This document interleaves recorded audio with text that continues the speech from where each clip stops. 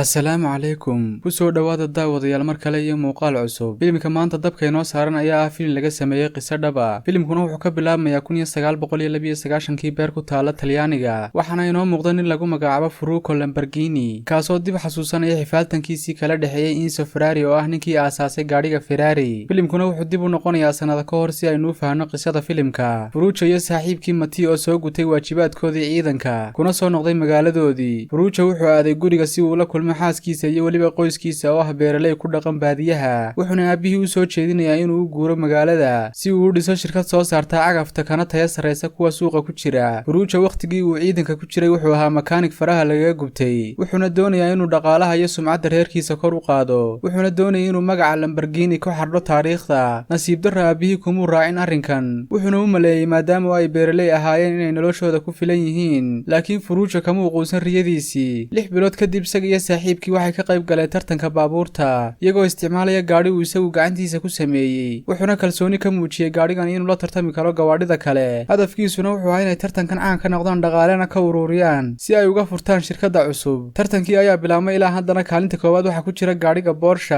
halka kaalinta labaadna uu ku jiro gaadhigii Ferruccio. Kaalintii saddexaadna waxaa soo galay gaadhiga Mercedes, laakiin nasiib darro gaadhigoodii oo aan horu marsanin ma ay suurtagelin inay ka faa'iidaystaan jaaniskan, waxayna isku qabsadeen steerinkii taasoo keentay inay galaan shil. Guuldaradii tartanka ka soo gaadhayna Ferruccio wuu iscanaantay, laakiin xaaskiisii ayaa markasta u sheegaysay inay aaminsan tahay inuu ku guulaysan karo riyadiisa. Intaa kadib waxay u sheegtay inay uur u leedahay, waanu ku farxay. Ku darso oo markii uu ku guuldaraystay tartanka wuxuu lumiyay dhammaan lacagtii uu haystay, wuxuuna ku dhiiriday inuu aabihii lacag ka soo amaahdo si uu u sameeyo cagaftiisii ugu horreysay. Aabihiina isagoo eegaya hamiga inankiisa wuxuu u rahmay beertii ay lahaayeen qoysku. Xaaskiisiina markii ay ogaatay arrinkan way ka xanaaqday, sababtoo ah dakhliga kaliya ay qoyskani lahaayeen wuxuu ahaa beerta, waxayna ku adkaysay inuu celiyo lacagta. Laakiin Ferruccio uu ku adkaystay go'aankiisii, wuxuuna akoon ka furtay bangiga Cento. Intaa kadib wuxuu bilaabay inuu dejiyo naqshadda cagaftiisii ugu horreysay, taasoo uu ugu magacdaray Croce, wuxuuna hubay inay cagaftani caawimo u noqon doonto warshadaha. Wuxuuna soo iibsaday gaadhi duuga oo lagu magacaabo Chong, wuuna furfuray si uu uga sameeyo cagaftii. maalmaha ka mid ah saaxiibkii Matteo ayaa arkay gabadh, wuxuuna u qaaday jacayl. Markii Matteo uu ku dhiiran waayay inuu la hadlo gabadhii, waxaa caawiyay Ferruccio, wuxuuna gabadhii oo magaceedu yahay Anita u keenay saaxiibkii. Matteo wuxuu kantarooli kari waayay dareenkiisii, waanu u sheegtay, laakiin gabadhu waxaad moodaa inay danaynayso Ferruccio. Intaa kadib waxay iska sii wateen shaqadoodii, waxayna mar kale arkeen Anita oo ka soo degaysa baska. Habeennimadii Ferruccio wuxuu waqti la qaadanayaa xaaskiisii, wuxuuna sugi kari laayahay dhalashada wiilkiisa. Maalintii xigtay wuxuu ku soo noqday shaqadii si uu hawsha u dhammeeyo intaanay xaaskiisu foolan, laakiin nasiib darro uu soo daahay sababtoo ah wuxuu sugayay loogadii uu dalbaday ee Lamborghini. Markii uu guriga ku soo noqday wuxuu arkay xaaskiisii oo dhigbaxday islamarkaana loola cararay dhakhtarka. Wuu argagaxay wuxuuna u orday dhanka cusbitaalka. Dhanka kale xaaskiisii waxay la dhibtoonaysaa fooshii, iyadoo ku dhawaaqaysa magacii wiilkeedii aan weli dhalan. Dhakhtarkiina wuxuu ku guuldaraystay inuu joojiyo dhiigbaxa, taasoo keentay dhimashada xaaskii Ferruccio. Laakiin nasiib wanaag waxa la badbaadiyay ilmihii yaraa. Ferruccio wuu iscanaantay wuxuuna burburiyay alaabtii geerashka, wiilkiisiina waxaa loo bixiyay Tanino. Muddo dheer kadib Ferruccio ayaa dhammeeyay mashruucii cagaftiisii ugu horreysay, wuxuuna soo booqday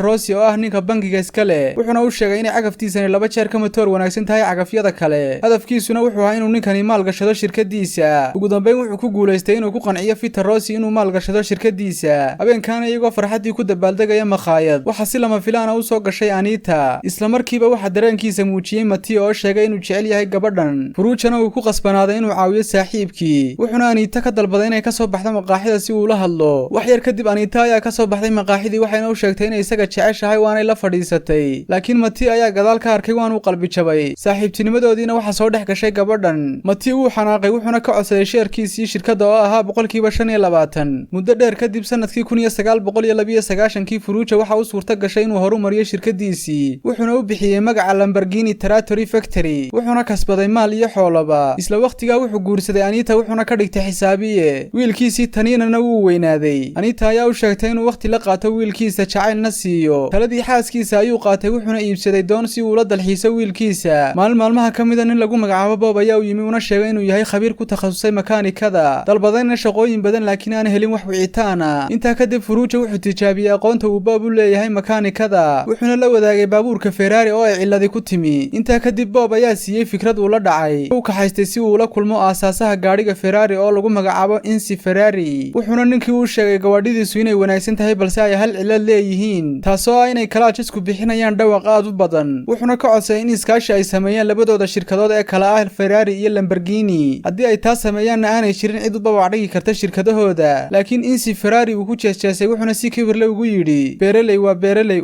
intaa kadib Ferruccio wuxuu aaday meel madxafa wuxuuna arkay sawirka dibiga Mayuro oo lagu yaqaanay awoodiisa gaarka ah waxaana maskaxdiisa ku soo dhacday inuu soo saaro gaari cusub oo suuqa ka saara Ferrari isla markiibana wuxuu gudagalay qorshihiisii wuxuuna shaqaaleysiiyay khubaro caan ahayd oo ay ka mid ahaayeen Pisarini oo ka socday shirkadda Ferrari iyo John Paul oo ka socda shirkadda Maserati iyo waliba Franco oo isna ka socda shirkadda Alfa Romeo wuxuuna wax uga sheegay fikradda gaariga taasoo ahayd inuu ugu magac daray Lamborghini 350 GT kaasoo la mishiin aad uga xoog badan mishiinada gawaadhida kale laakiin waxay u sheegeen inaanay fikraddaasi suurtagal ahayn intaa kadib John ayaa keenay fikradiisa ah in qayb ka mid ah gaariga lagu dhiso aluminium Ferruccio wuxuu khubaradii u sheegay inay gaariga ku dhameeyaan muddo 6 bilood ah si ay ugu soo bandhigaan showga caalamiga ah ee ka dhacaya Geneva waxayna isku raaceen inay u yeedhaan khubaro kale si ay uga caawiyaan sameynta bireega gaariga inkastoo ay khubaradu markii hore niyad jabeen haddana Ferruccio ayaa ku guuleystay inuu ku qanciyo fikirkan una sheegay gaarigan inuu noqon doono gaarigii ugu wanaagsanaa ee soo mara adduunka habeen isagoo casho la qaadanaya xaaskiisa waxay u sheegtay inuu joojiyo mashruuca gaarigan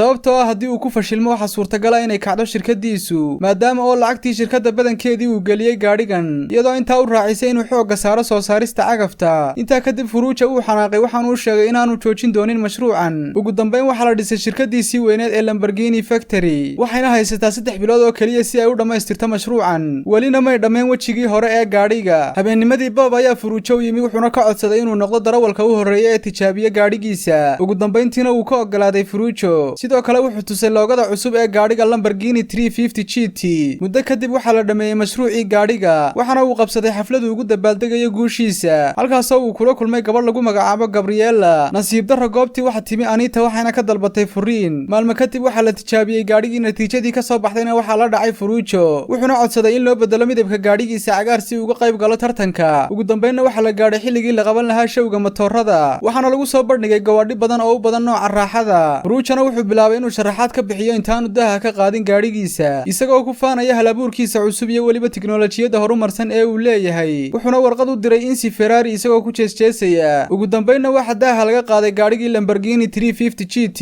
qof kastana uu la yaabay naqshada gaariga wuxuuna kaalinta koobaad kaga guuleystay tartankii filimkuna wuxuu ku dhamaanayaa halkan haddii ay tahay markii kugu horeysay aadna soo booqato fadlan ha ilaawi inaad subscribe saato channelka si aad u rukumato ay kuu soo gaadhaan muuqaalada cusub waanad ku mahadsantihiin daawashada muuqaalka